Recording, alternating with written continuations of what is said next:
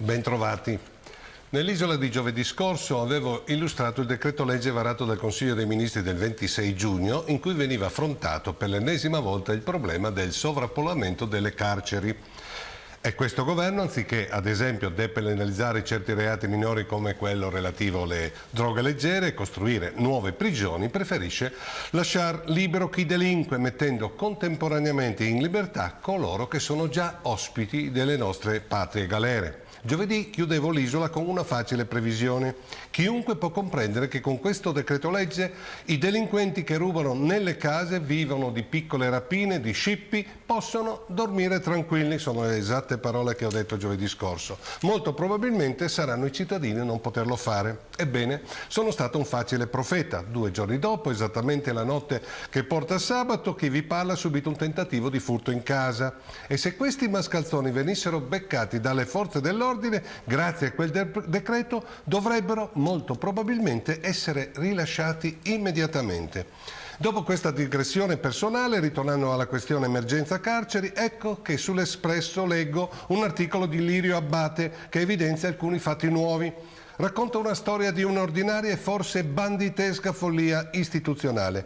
Tutto comincia quando Alfonso Sabella, ex magistrato antimafia a Palermo ed ex direttore dei mezzi e servizi del DAP, il Dipartimento Amministrativo Penitenziario, aveva dato l'allarme su presunte irregolarità e falsificazioni sugli appalti del cosiddetto piano carceri, un piano da 700 milioni di euro. Con questi milioni lo Stato prevede la costruzione di 9.050 nuovi posti detenuto. Ovviamente, come spesso avviene nel nostro Paese, questo piano è ancora di là da venire, realizzato, e lo vediamo anche noi pordenonesi, visto che ormai sono diversi decenni che la destra tagliamento sta aspettando un carcere nuovo che sostituisca quello fatiscente del Castello.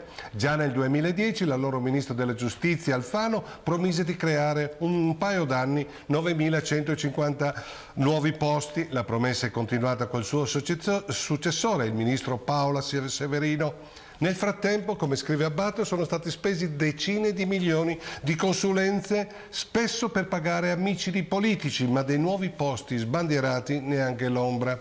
Per cui l'ex PM Alfonso Sabella ha deciso di segnalare questo stato di cose al capo del Dipartimento del DAP, Giovanni Tamburrino, e poi ai ministri della giustizia che si sono succeduti ad Alfano, Severino e Cancellieri, e pure alla Commissione Giustizia della Camera.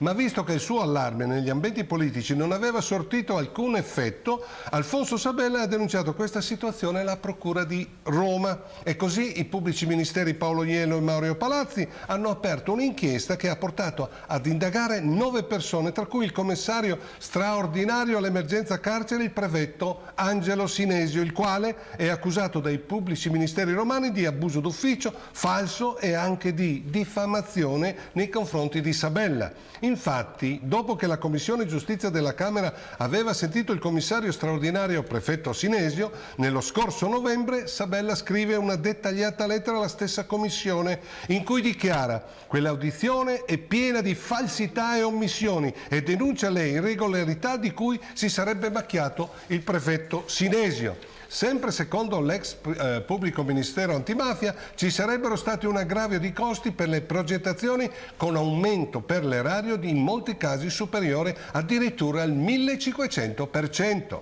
Ma i parlamentari della Commissione Giustizia della Camera non hanno fatto una piega, non si sono insospettiti di nulla ed hanno lasciato che le cose continuassero tranquillamente come al solito. Fu allora che Sabella denunciò le irregolarità e le anomalie a cui era venuto a conoscenza alla Procura di Roma. Ma la storia non finisce ancora. Sempre secondo l'Espresso, Sabella 2 anni fa aveva dichiarato di poter recuperare migliaia di posti detenuti grazie a ristrutturazioni e alla manutenzione dei penitenziari esistenti abbandonati da un decennio con poche risorse finanziarie.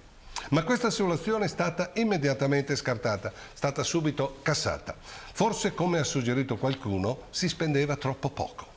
Realizzare un carcere nuovo di zecca potrebbe diventare un affare molto redditizio per imprenditori e politici disonesti e senza scrupoli. Comunque sia, dopo le denunce, il dottor Alfonso Sabella è stato sollevato dall'incarico al DAP, mentre il prefetto Sinesio è ancora saldo al suo posto di commissario straordinario sull'emergenza carceri. In questo paese bananiero, anziché sospendere per cautela e prudenza chi è sospettato di fatti gravissimi, si caccia chi rompe le scatole e vuole correttezza e trasparenza quando si tratta di spendere soldi pubblici. Questa è l'Italia odierna. Ci vediamo giovedì prossimo.